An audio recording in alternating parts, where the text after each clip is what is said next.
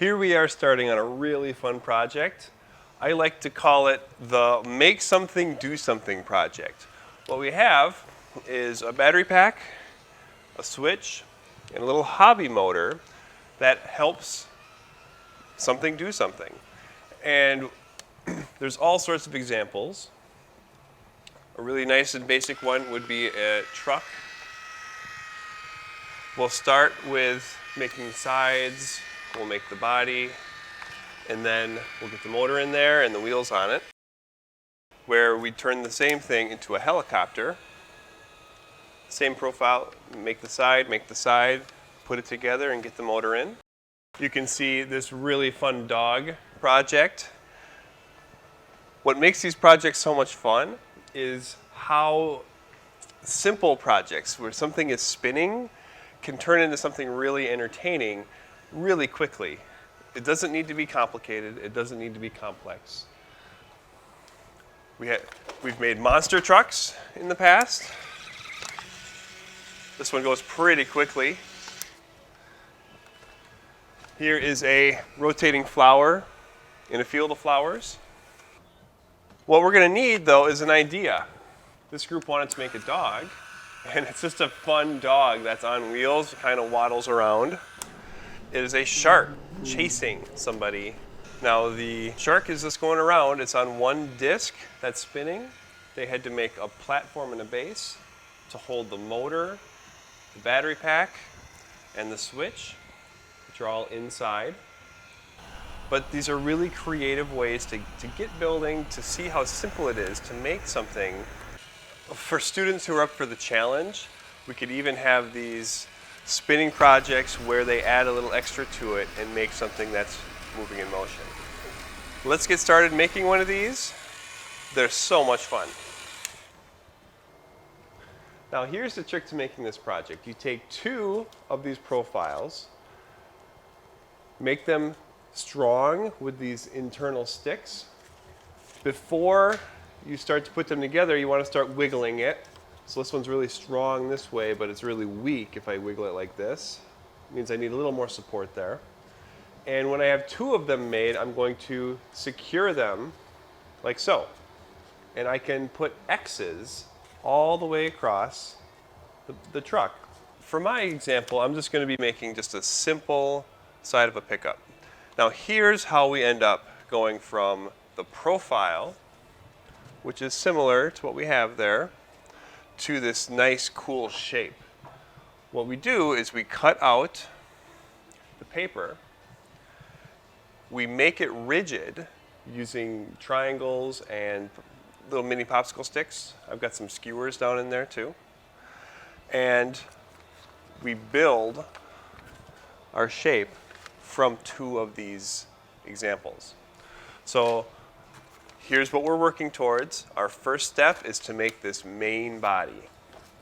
So if I start with a profile, if my project's going to be a cat, I'll just make a silhouette of a cat right here. If I'm going to be making a mouse, just put a bulky looking mouse on the page. And I'm cutting two out at the same time. I want them to match exactly, because that will make it easier when it comes to put them together if they have the exact same size. So with my two sheets of paper, I'm cutting out my truck profile. Now I can take these two pieces and start to see what I'm going to make. I'm going to be making this. It's too floppy right now, so what I need to do is add some structure to it. It doesn't matter what shape you're making, you can start fitting triangles, you can start fitting these mini popsicle sticks and or skewers into it. Now the reason I chose mini popsicle sticks and skewers is that I found that students are using normal popsicle sticks and it gets really bulky when they have popsicle sticks lying on top of each other and it starts getting wider and taller. I would rather have them carefully use mini popsicle sticks. So I'm going to take a skewer and just put it on the bottom here because I need something long and strong to support what I have. So that skewer on the bottom is going to support everything, and everything else I'll do with mini popsicle sticks. Now that I have these two things made, I can start to see, okay, this is what it will look like. For this next step, I'm going to use hot glue, simply because I can build it quickly and do it nicely on camera. So with my hot glue gun, I want to make lots of X's and triangles to hold these two pieces in a nice, strong configuration. However, it's not going to be that easy to get started. It's kind of a struggle, even for me, to get this started. And so an easy way to get started is to find a little piece of material. This is foam board that I've just cut up. And I'm actually going to put this right back here where the motor is going to sit. And so I'm going to hot glue that on. And that's going to help give me something to hold these apart and give it some structure while I work with it. Plus, this will be a nice flat spot to store or to attach the motor once it's time to attach the motor. So now it's going to be a little easier for me to keep it straight. I'm going to put some X's in the front. I'm going to put some X's all along the sides, the top, the bottom. The only place I won't put some X's is probably right here on top of this, simply because that's where I want to put my battery pack. But if you don't think about it, it's fine. We're just going to make a whole bunch of supports all along the tops, the sides, over the windshield, over the roof, over the back, where the tailgate is. Here come some X's.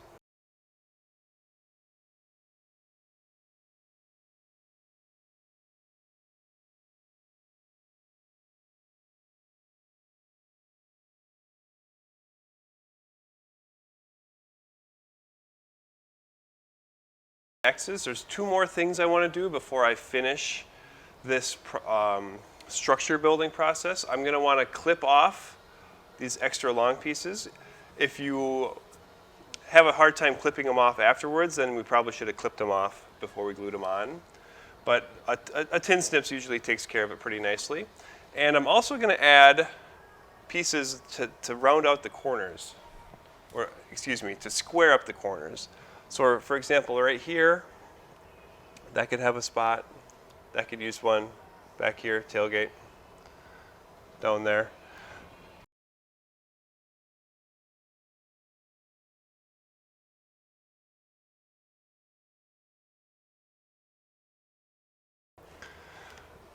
Now here's what I'm making. There are lots of imperfections, but this fun, quick engineering project it's just so much fun. You got to do sometimes. You can't go slow.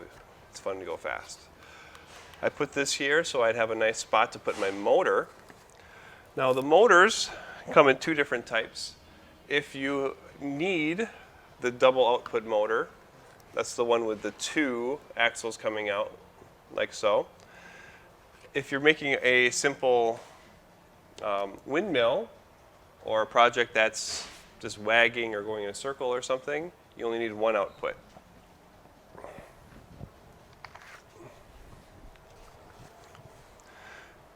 Here's an example of a project that only needs one output. It's a helicopter. They might add a tail section next, but that's what they have. So I need two outputs. Before I do any wiring, I want to get this glued down because these little wires can pull off of those leads really easily. So what I have here is a little puddle of hot glue, which is probably the easiest way to attach these motors. And I'm just placing the motor into that hot glue. And I'm just going to hold it there until the hot glue is cool, making sure that it's straight and it is exactly where I want it. It's hard to move once they are in place. Now these wires, like I said before, they are easy to pull off. So I want to avoid pulling on them really hard. I'm going to take them and stick them into our truck project. So now I've got these wires sticking inside of the project here. This is where we'll put the switch, and this is where we will put the battery pack. Now this motor I've been showing you is able to run with a 4 battery pack or a 2 battery pack. The difference is the 2 batteries here, well, will equal 3 volts, and this will equal 6 volts. This will make it run faster. It'll run, it'll be a lot more powerful. However, it'll take 4 batteries to run it, and so when it dies, you have to replace 4 batteries. Whereas this will only take 2 batteries up. So it's a trade-off. Do you want to consume 2 batteries, or do you want to consume 4 batteries? Now, if you want that power, you should definitely take the 4 batteries. So let's take that 4 battery pack. We need to expose the wires.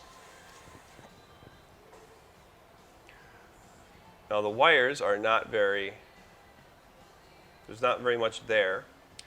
And you can take a wire stripper and pull some of that insulation off so that you have some wires to work with. One of the first things you need to do is test out to see which way you have your motor stuck in here. I haven't figured out a good way to remember which way the motor is spinning. And so let's put 4 batteries in here, and let's touch the red and black wires. Let's connect the red wires to the red wires and the black wires to the black wires, and see if the truck is driving forward or backwards. Now, if you don't care which way it spins, let's say you're doing a windmill and it doesn't matter which way it spins, don't worry about it. You don't need to worry about getting it to spin the correct direction. However, if you do want it to drive forward, this is a test you should perform before you finish wiring. So let's talk about safety with these battery packs. You'll notice that I don't have 4 batteries in here. That's because when all the wires are still exposed, this black wire here can touch this red wire and short out. And what happens then is that the electricity is going to be going as fast as it can out of the batteries, through those wires, and back into the batteries. Out the black wire and into the red wire. And so you don't want to short these wires out. Now, while I was talking, I twisted together my red wires and my red wires. They're connected. So now I'm going to take some electrical tape and cover them up. Electrical tape basically is tape that electricity cannot go through. So a little bit of electrical tape, take a pair of scissors, cut off a little, 1 or 2 inch section, and fold the tape over those red wires that we already connected. It's going to do 2 things. It's going to keep any electricity from being able to short out or leave the wires, and it's going to help keep the wires together.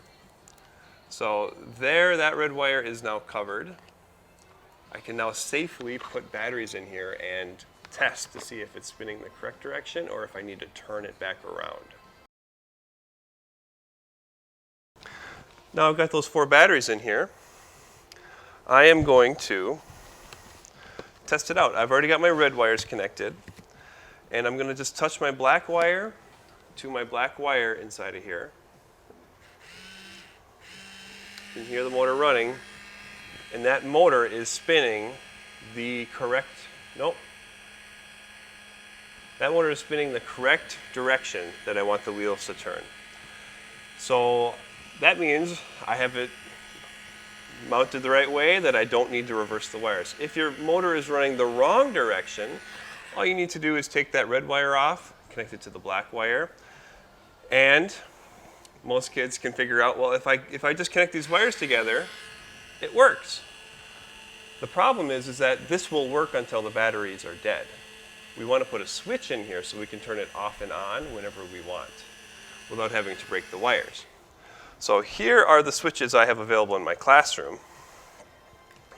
It's just a little toggle switch, and I have little leads, these two little black wires that came with it. The leads press on to those two fins down at the bottom there. Now, instead of connecting the black wire to the black wire, I'm going to connect one black wire to this side of the switch and the other black wire to that side of the switch. And whenever this switch is on, which is the line, those two wires are connected. And when it's off, it's just like taking the wires apart. So right now the wires are apart. That's like being off. When it's connected, when the switch is on, then it's just like touching those two black wires together directly. So to connect wires, what you do is you take the two wires that you have, you pinch them in your fingers, and you start to twist those together. You got to get them together and then twist them nice and tight. I'm going to take more electrical tape and get these two connections made. All right, so I want to show this to you one more time, how you can connect these two wires. I've got these two black wires that I'm going to try to connect. So what I have here are the bottoms of the wires stuck together. They're in my fingers, and I'm going to twist them, just like so. Once they're twisted together, I can take electrical tape and pot them together.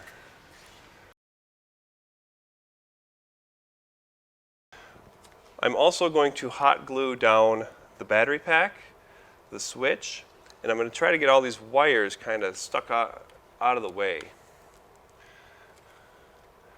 so that they can't get pulled on or pulled apart or anything like that.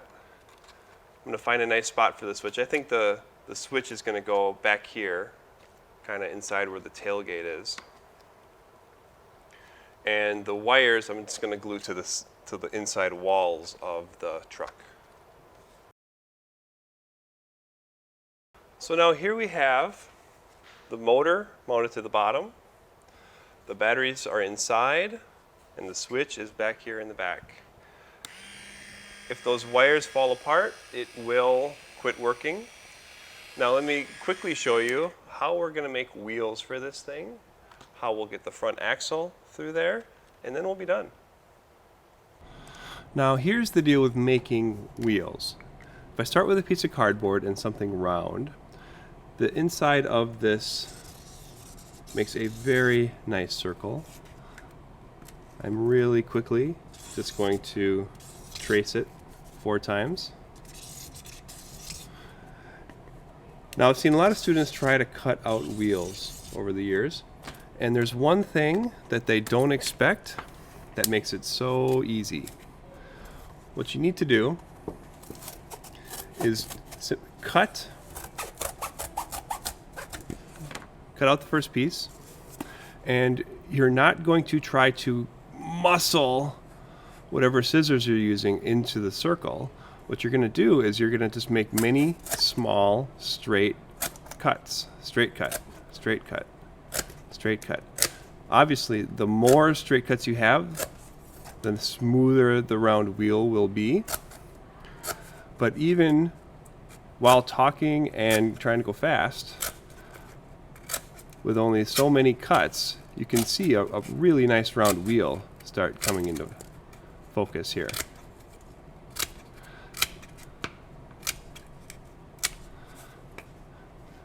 That's one wheel that was cut out, just a few seconds. There's a few tricks for finding the center of this. One of them is really handy.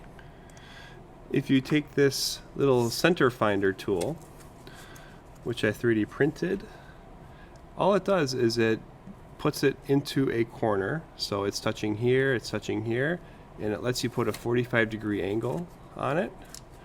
Rotate it, put another 45-degree angle on it, and we should have our center.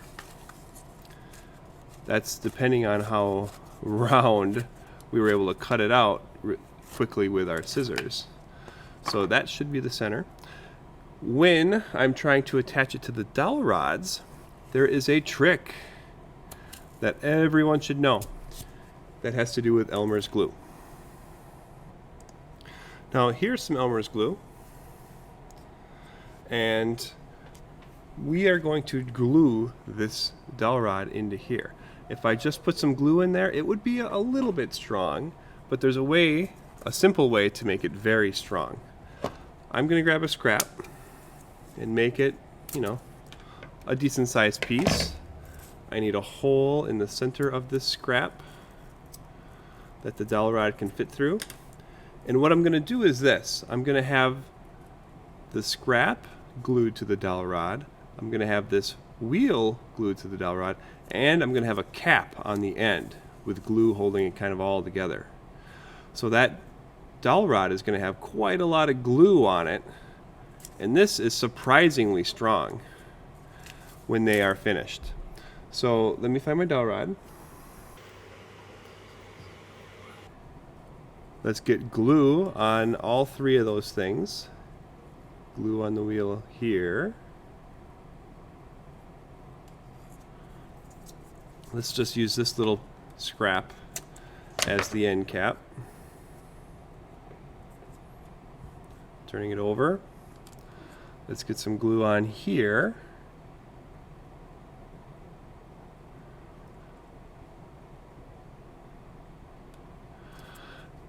Because what we're going to do is we're going to put this and this with the dowel rod covered in glue into it.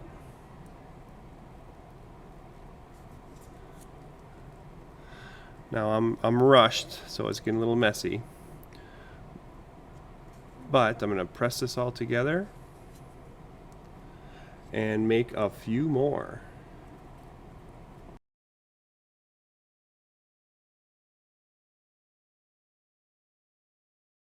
Now I've 3D printed little adapters.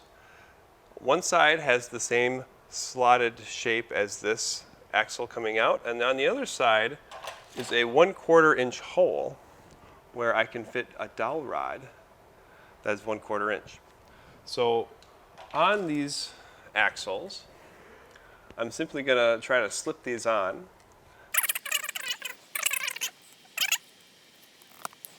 Here is a wheel.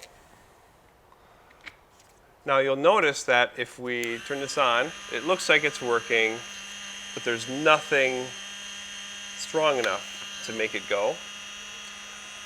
I'm going to trim this down so that it isn't standing away from the wheel quite so far. The wheel isn't standing quite so far away from the body, excuse me.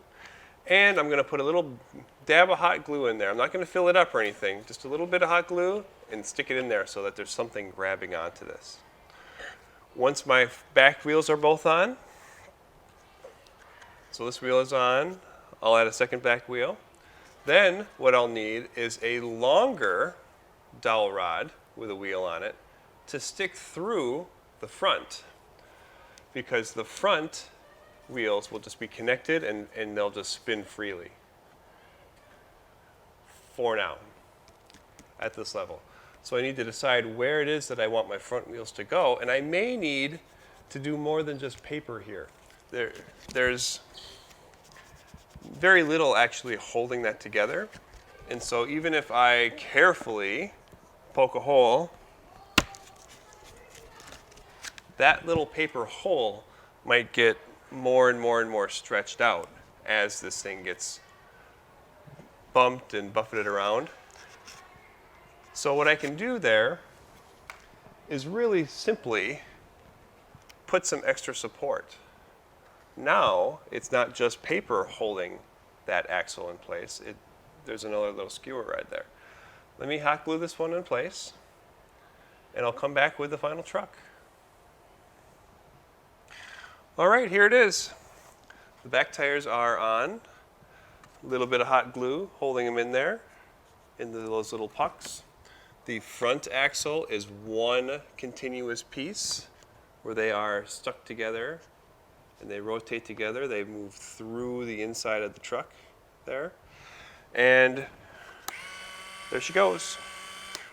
Hey, have fun with this project, and I can't wait to see what you make.